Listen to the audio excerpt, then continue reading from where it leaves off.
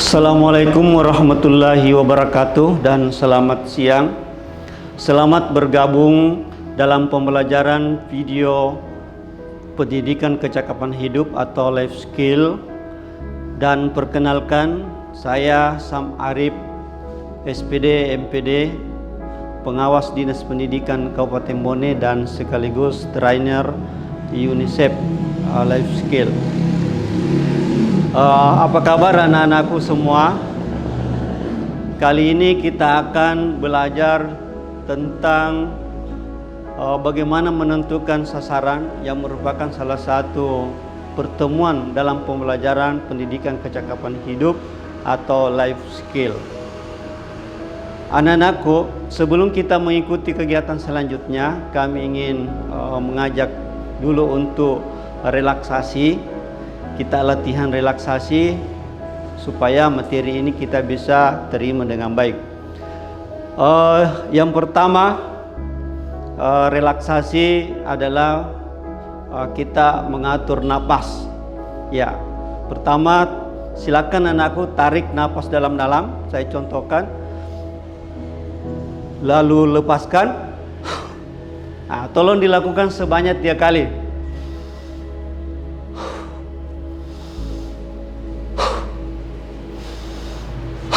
Oke, selanjutnya relaksasi yang kedua, kita berteriak supaya menambah semangat kita dan sampaikan we are is the best. Ya, kita coba we are is the best, we are is the best, we are is the best.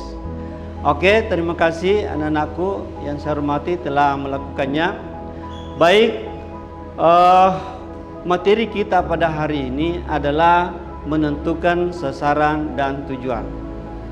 Dalam kegiatan ini, siswa diharapkan mampu menciptakan visi perubahan yang ada di sekolahnya yang kita inginkan bersama, dan selanjutnya mengembangkan cara-cara bagaimana mencapai sasaran tersebut.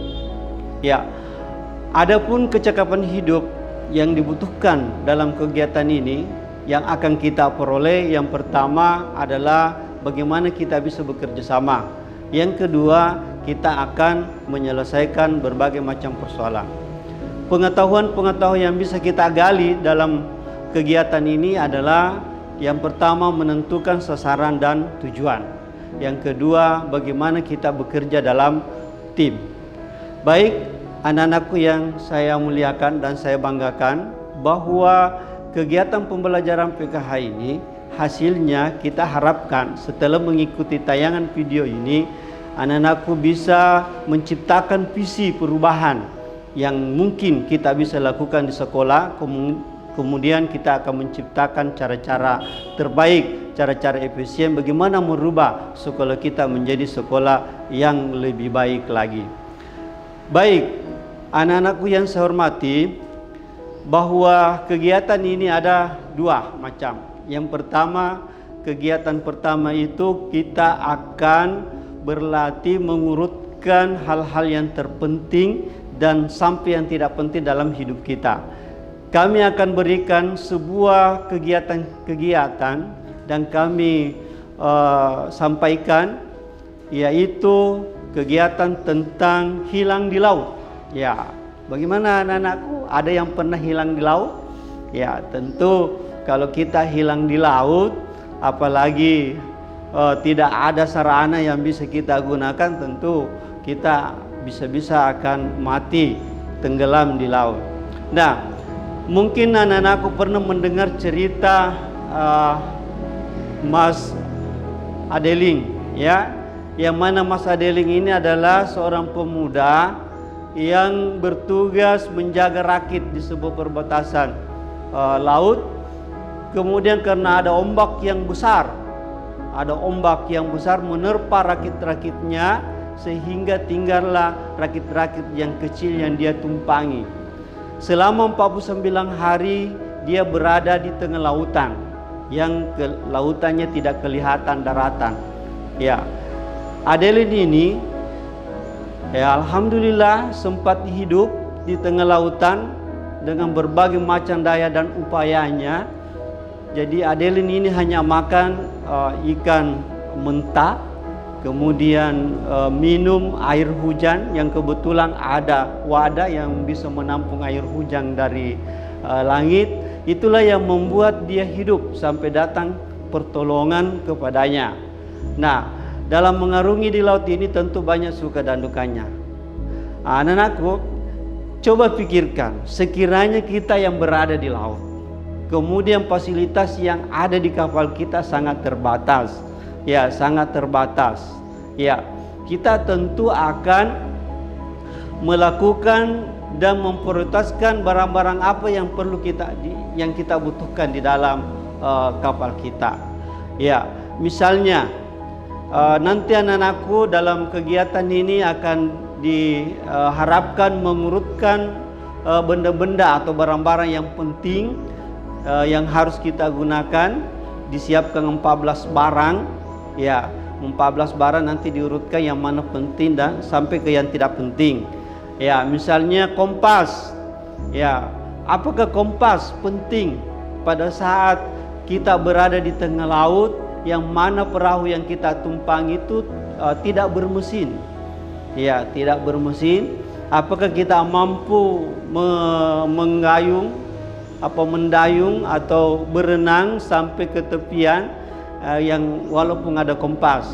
Selanjutnya misalnya barang yang disiapkan yang ada dalam kapal kita, cermin. Ya, cermin. Apakah cermin kita butuhkan? Ada korek api, ada rokok. Apakah rokok dibutuhkan di saat kita hilang di laut? Kemudian ada tali. Apakah tali itu dibutuhkan? Ada wadah yang berisi air, misalnya Caragen 10 liter. Ada coklat, misalnya ada coklat yang bisa kita makan. Kemudian mungkin selanjutnya masih banyak barang-barang lain yang ada di tempat itu.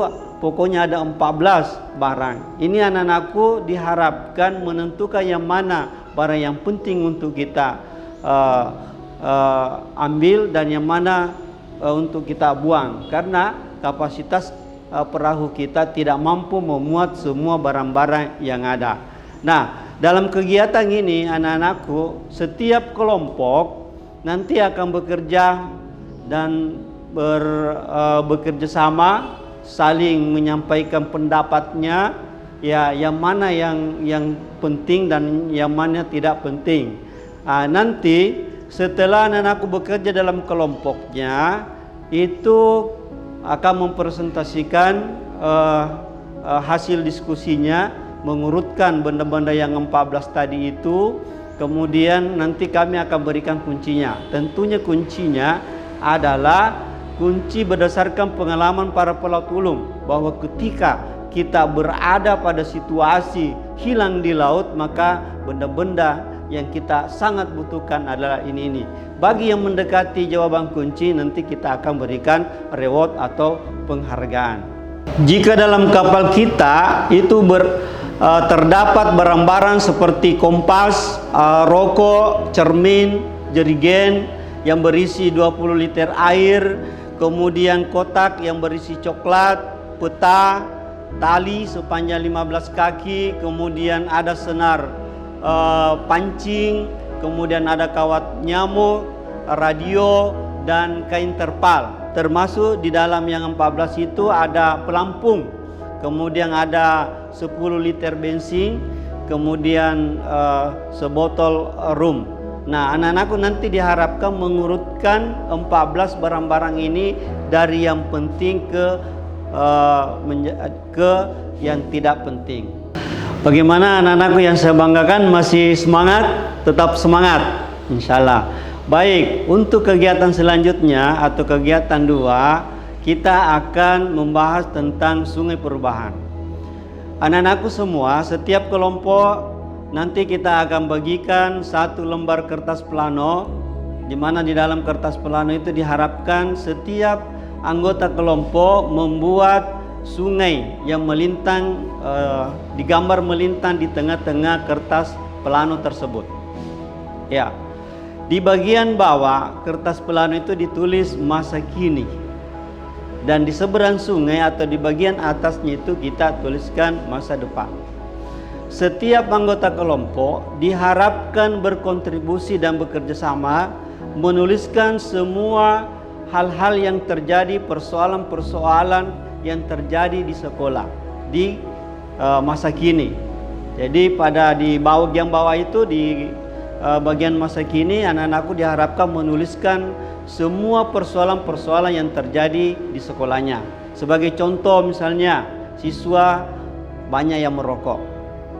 Misalnya siswa kalau ada yang mengalami menstruasi dibully, diejek dan seterusnya. Kemudian banyak pencurian-pencurian di sekolah misalnya. Nah, itu dituliskan di masa kini yang merupakan potret keadaan yang ada di sekolah kita. Kemudian karena ada sungai yang melintang, diharapkan semua anak-anakku ini berkontribusi, berdiskusi agar membuat jembatan. Jembatan ini adalah merupakan langkah spesifik yang bisa anak-anakku lakukan atau sekolah lakukan sehingga terjadi perubahan. Sebagai contoh misalnya anak-anak di sekolah banyak yang merokok. Apa yang kita lakukan? Misalnya di jembatan perubahan itu kita tuliskan di situ memberikan sanksi hukuman kepada anak yang suka merokok, ya, ataukah ada pelarangan menjual rokok di sekolah dan seterusnya. Kemudian pada bagian atas sungai itu adalah masa depan. Apa yang anak-anakku ingin ciptakan, visi yang ingin ciptakan tentang keadaan sekolah. Misalnya sekolahnya ingin bebas asap rokok, sekolahnya menjadi sekolah yang ramah anak, sekolahnya menjadi sekolah yang siswa-siswinya sopan santun dan seterusnya. Ya, seperti itu. Jadi setiap anggota kelompok harus mengidentifikasi dulu masalah-masalah yang krusial. Ya. Jadi diharapkan setiap anggota kelompok itu memilih satu jenis saja masalah. Misalnya remaja mulai merokok untuk satu kelompok. Bisa saja kelompok lain memilih masalah yang berbeda. Misalnya perundungan, ya banyak pencurian dan sebagainya. Sehingga nanti setelah selesai kegiatan menggambar sungai perubahan ini, anak-anakku diharapkan untuk melakukan presentasi, kemudian menyampaikan langkah-langkah nyata yang harus dilakukan, langkah-langkah spesifik yang ada pada jembatan perubahan sehingga terjadi hal-hal yang kita inginkan bersama. Nah, jadi kesimpulannya anak-anakku semua bahwa pada materi menentukan sasaran dan tujuan ini, sasaran apa yang kita akan capai dalam kegiatan ini, ya sasaran itu tentu hal-hal yang kita harapkan terjadi di sekolah. Kemudian tujuan yang kita yang kita lakukan adalah langkah-langkah kecil yang siswa dapat lakukan, guru dapat lakukan, kepala sekolah dapat lakukan sehingga terjadilah perubahan. Inilah yang disebut dengan sungai perubahan. Saya kira demikian untuk ini. Jadi kami harapkan kepada semua anak-anakku keterampilan kecakapan hidup yang kita harapkan. Pertama, bagaimana kita bisa bekerja sama dalam tim. Kemudian kita akan menyelesaikan masalah bersama, mencari solusi bersama, berdiskusi di dalam kelompok. Saya kira demikian penyajian pendidikan kecakapan hidup life skill pada hari ini. Mudah-mudahan bermanfaat. Wabillahi taufiq wal hidayah. Assalamualaikum warahmatullahi wabarakatuh.